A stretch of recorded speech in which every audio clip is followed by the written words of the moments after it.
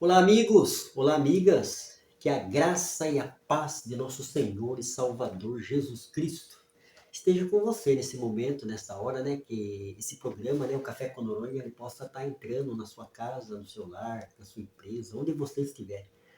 O intuito do Café com Noronha é sempre estar trazendo uma palavra de edificação. A palavra edificação significa construir.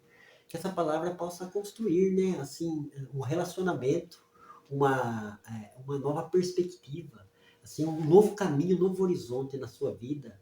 Seja você meu amigo, seja você minha amiga. Eu queria compartilhar um texto da Bíblia hoje, aqui, eu que sempre estou compartilhando a palavra de Deus, né? A minha área de pesquisa também, que eu pesquiso as teorias de origens, mas hoje eu vou fazer uma reflexão em cima de um texto bíblico, em Lucas capítulo 18, a parábola do juiz injusto. Vamos meditar na palavra de Deus?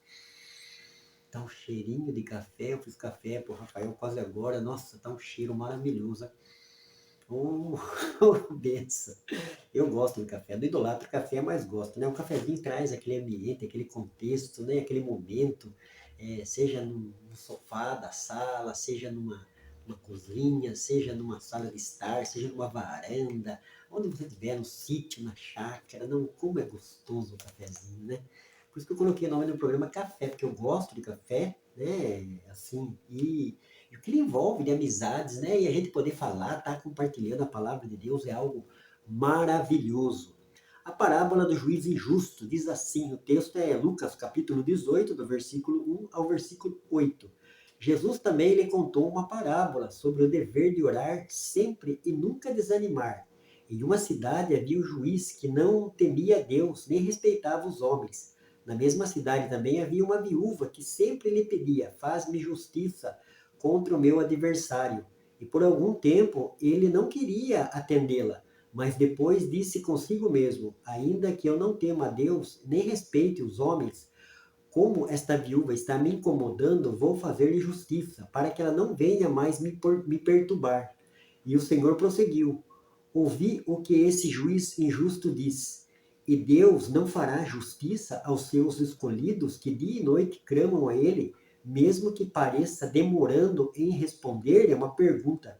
Digo-vos que depressa lhe fará justiça. Contudo, quando digo, o versículo 8, digo-vos, depressa lhe fará justiça. Contudo, quando vier o Filho do Homem, achará fé na terra? Aqui tem algumas partes desse texto que eu gostaria de comentar, mas a ênfase aqui, o ensino principal é a perseverança. Perseverança é a constância naquilo que você faz com pessoa que acredita em Deus, acredita que existe um Criador, acredita que existe um Salvador, acredita que Deus pode intervir, ouvir a sua oração, responder a sua oração e te dar o livramento, a cura, seja lá em que área que você esteja esperando, né, o agir de Deus. Então, aqui dentro desse texto, falou que Deus ele não é tardio. Ontem estava vendo uma live do pessoal agnóstico, ateu, falando, né, que esse negócio da promessa de Jesus voltar é um mito, é uma falácia, é conto de religioso. Então, Pedro ele comenta que para Deus um dia é como 1000 anos, e 1000 anos é como um dia. Se Deus, no seu modo de enxergar, acha que Deus já passou, não vai voltar, não, Deus ele é longânimo. A realidade é que Deus deseja que todos se arrependam e entreguem a vida a Cristo e sejam reconciliados com Ele. Então tem essa, né? Tem um dito na sociedade, na vida corriqueira, que fala que Deus tarda, mas não falha. É totalmente errado. O relógio de Deus, da providência de Deus, chega no momento certo, né? A gente vê isso através do nascimento de Jesus, vindo a plenitude dos tempos. Então, veio a plenitude dos tempos, toda aquela promessa do Antigo Testamento, desde Gênesis até ali o livro de Malaquias, que é o último livro do Velho Testamento. Então, a plenitude dos tempos. Então, na época do Império Romano, que falava o grego koiné, como exemplo, é tipo o inglês hoje, que é falado quase em todo mundo. Então, as coisas estavam contribuindo para que nascesse. Então, Deus, ele chega na hora certa, a manifestação de Deus, o cumprimento da sua palavra. Então não fique dando ouvido para ateu, não fique dando ouvido para agnósticos na internet, seja em qualquer lugar. Então a gente deve ler a palavra de Deus, né? A gente precisa de fé. Como que a gente aumenta a nossa fé? A palavra de Deus diz que a fé vem pelo ouvir e ouvir a palavra de Deus. Então, pare de, às vezes, dar crédito para um monte de gente que não tem compromisso com Deus, que só fala balela, asneira, gente sem conteúdo nenhum. E escute a palavra de Deus, que é inspirada pelo Espírito Santo e que traz ali o ensinamento a respeito da salvação na pessoa de Jesus. Esse texto aqui é, né, a parábola do juiz injusto. Então fala que o juiz injusto, mesmo sendo injusto, ele julgou a causa daquela viúva. O segredo daquela mulher. Aquela mulher foi perseverante. Ela não desanimou. A nossa fé tem que ser dessa maneira. A gente olha para os exemplos, para os heróis da fé, homens e mulheres do passado, que perseveraram na presença de Deus. O segredo é esse. Eles enfrentaram a adversidade, crise, lutaram, enfrentaram guerra, peleja, perseguição. A igreja foi muito perseguida, né? A gente vê ali a história da igreja primitiva, da igreja dos apóstolos, né? Tremenda perseguição. Eu acredito que se fosse hoje, muitos que se dizem crentes que se reúnem aí em cultos, né? Esses cultos gloriosos. Eu sei lá se essa turma estava na presença de Deus, viu? Só Deus mesmo para ter, viu? Pelo fruto a gente conhece a árvore, né? A gente tem que ver no que as pessoas estão buscando de fato, se é o conhecimento de Deus, da palavra de Deus, uma vida em santidade, uma vida na presença de Deus, não estão buscando as coisas do mundo. Então, aqui no último versículo, olha o que Jesus falou. Digo-vos depressa que lhe fará justiça, Jesus falou, né? Que Deus vai fazer justiça para aqueles que colocam. Ah, Senhor, por que eu estou passando luta? Por que o Brasil está desse jeito? Então, se você está colocando na presença de Deus, confie em Deus, espere em Deus. A palavra de Deus, assim, que Davi falou, eu espero em Deus, espere em Deus. A gente se decepciona muito porque espera no homem, espera na mulher, espera em político, em tantos homens. Digo-vos, o versículo 8 de Lucas 18, digo-vos que depressa lhe fará justiça.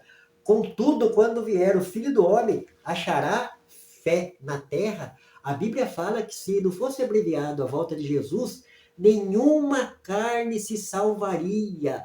Então, aonde o Filho do Homem encontra fé na terra nos dias de hoje? Será que encontra fé na terra, na minha vida, na vida da minha família, dos meus conhecidos, naquilo que eu estou praticando, ensinando com a palavra de Deus, estar na presença de Deus, ter uma vida piedosa na presença de Deus? Então é muito sério, você vê? Jesus falou isso. Quando vier o Filho do Homem, achará fé na terra? Onde está a sua fé? Onde você tem depositado a sua fé? Você tem depositado a sua fé na palavra de Deus, no conhecimento de Deus, no Evangelho, na salvação, na volta de Jesus, no reino de Deus, na nova Jerusalém, na nova vida que a Bíblia pede, que aquele que está em Cristo é uma nova criatura, as coisas velhas se passaram? Ou a sua fé está numa perspectiva de você ter o seu salário aumentado, trocar de carro no final do ano, comprar uma mansão? Então, onde você tem depositado a sua fé? A gente olha para a palavra de Deus e a gente usa como termômetro da vida cristã. Então, a gente olha para as pessoas que estão na sociedade se dizendo cristão, mas estão buscando tanta coisa nessa terra, parece que Jesus nem vai voltar. Meu Deus do céu, será que esse povo de fato lê a palavra de Deus, se dedica no conselho da palavra de Deus? Ou tem colocado seus olhos diante de tanta asneira, tanta bobagem, tanta pornografia, tanta coisa que não presta na internet? A Bíblia fala que os nossos olhos são a lâmpada do nosso corpo. Se os nossos olhos for bom, todo o nosso corpo terá luz. Agora, se os nossos olhos for trevas, o nosso corpo estará em trevas. As pessoas falam com a boca, falam de Deus, dão glória a Deus, às vezes consegue até ir para um templo religioso no final de semana, mas a sua praticidade de vida, a sua índole, aonde está pautada? Aonde a sua vida moral está pautada? Você tem uma moral objetiva na sua vida? De fato, você acredita no moral absoluto, num Deus zeloso, misericordioso, mas que é justiça? E a justiça de Deus é verdadeira, ela não é manca como esse mundo é. Então, os nossos olhos têm que estar em Deus, têm que estar na palavra de Deus. A nossa fé tem que estar depositada em Deus, em Jesus Cristo, nosso Salvador. Aquele homem que veio e dedicou a sua vida, teve uma vida em dedicação a Deus. O que Jesus conquistou? Conquistou a vida eterna para ele e para todos nós que somos seguidores dele. Eu sou seguidor do Cristo, não porque eu quero trocar de carro, não porque eu quero comprar uma calça de marca, não porque eu quero comprar um relógio caro. Eu sou seguidor do Cristo porque eu acredito na cosmovisão cristã, aquilo que a Bíblia me ensina como praticidade, como que é a resposta para tudo que existe nesse mundo. E a gente olha e vê esse mundo caminhando cada vez mais para desgraça, para tribulação, e as pessoas esperando algo desse mundo, né? A gente tem que viver piedosamente, cuidar da nossa vida, mas nossos olhos têm que estar na palavra de Deus e na volta de Jesus. Quão sério é esse texto aqui, que fala de perseverança, a perseverança de uma mulher que buscava a sua causa, todo mundo busca a nossa causa, né? Eu busco a minha, você busca a sua, minha esposa busca a dela, os meus filhos buscam a deles, nós buscamos a nossa causa, nós depositamos. O cristão vem, né, como Jesus ensinou, a gente abre o nosso quarto, entra ali e fala com o Pai do céu, né? Ele ensinou a gente a orar e buscar a Deus, e colocar Deus e a sua palavra em primeiro lugar. Buscar a Deus e a sua justiça, e as demais coisas vos serão acrescentadas. Então é muito sério isso, né? Deus colocou essa palavra no meu coração agora para meditar. Veio uma palavra de consolo, uma palavra de perseverança, mas veio uma palavra de admoestação também. Uma palavra que nos confronta, tem que confrontar. O seu cristianismo tem que ser confrontado à luz da palavra de Deus. Ou então você é um mero religioso, como muita gente na sociedade é. A gente pensa que os evangélicos, os protestantes, não são religiosos. São muito mais religiosos, às vezes, que alguns católicos, alguns espíritas, alguns budistas. Eu não tenho medo de falar, não. Deus me chamou, me vocacionou para falar a verdade. Eu prego a palavra de Deus, não quero agradar ninguém. Eu não sou um palestrante de stand-up, eu não quero fazer ninguém dar risada. Eu quero que você pare e pense. Se você existe, o que existe por trás de você, né? Qual é a resposta? E tem um canto que fala assim, que Cristo é a resposta. Então a gente olha para o homem da sociedade do século XXI, contemporâneo, ele parece uma folha seca, né? Você já viu a folha seca? O vento bate nela, leva ela para qualquer lugar. Não, nós temos que ser dirigidos pelo Espírito Santo de Deus. A Bíblia fala que nós somos templo e morada de Deus. Então Deus fez você a imagem e semelhança dele, é um propósito. Você foi planejado, Deus planejou. Ah, mas a minha luta, a minha diversidade, a minha crise, todo mundo tem, você não é único, você não é exclusivo. Todos que estão nessa terra enfrentam adversidade, crise, sentem dor, sentem angústia, ficam enfermos e vão a óbito. Mas nós que somos cristãos temos a bendita esperança. Jesus falou em João capítulo 11, ele falou, eu sou a ressurreição e a vida. Quem crê em mim, ainda que esteja morto, viverá. Glória a Deus, aleluia. Que palavra gloriosa e maravilhosa para gente que tem aflição, a gente se angustia. Não adianta você ficar todo peitudão, peito de pombo, estufar. A nossa estrutura é pó. Nós devemos reconhecer que nós viemos de um Criador, de um Deus Todo-Poderoso, que fez o cosmos, que fez a vida, que deu, né, em amor maravilhoso, inexplicável, o seu Filho unigênito, diz a palavra de Deus, para que todo aquele que nele crê não pereça, mas tenha vida eterna. Deus não quer que você pereça, Deus quer que você tenha vida eterna. O que você tem que fazer? Eu tenho que se arrepender dessa praticidade de vida, essa vida pecaminosa que só destrói a imagem e semelhança de Deus. O pecado, o salário do pecado, diz a Bíblia, é a morte. Mas o dom gratuito de Deus é a vida eterna em Cristo Jesus. A palavra de Deus hoje, então, é perseverança e também alerta. Devemos estar alerta. A palavra de Deus está se cumprindo. Não adianta você fazer de cego, achar que não é com você. Ah, não, isso aí é lá com os crentes, é com os religiosos. Não, é com todo mundo. O planeta foi criado por um Criador maravilhoso que nos fez. Então, e ele fez e trouxe esse evangelho de salvação. O ser humano, ele está a passos largos à perdição. Ele está de costa virada para o Criador. Ele precisa dar uma parada, pensada em querer e procurar entender o propósito dele nessa vida. Por que eu estou aqui? Da onde que eu vim? Depois que eu morrer, para onde que eu vou? A palavra de Deus tem essa resposta para você. Cristo é a resposta. Cristo é o Salvador do mundo. É o nosso Senhor e o nosso Salvador. É o homem perfeito. O primeiro homem pecou, desobedeceu. O segundo homem, ele obedeceu e trouxe salvação e vida eterna. Que Deus abençoe ricamente, meu amigo. Você, a sua casa e a sua família. Medite nesse texto aqui, a parábola do justo e injusto. Lucas, capítulo 18.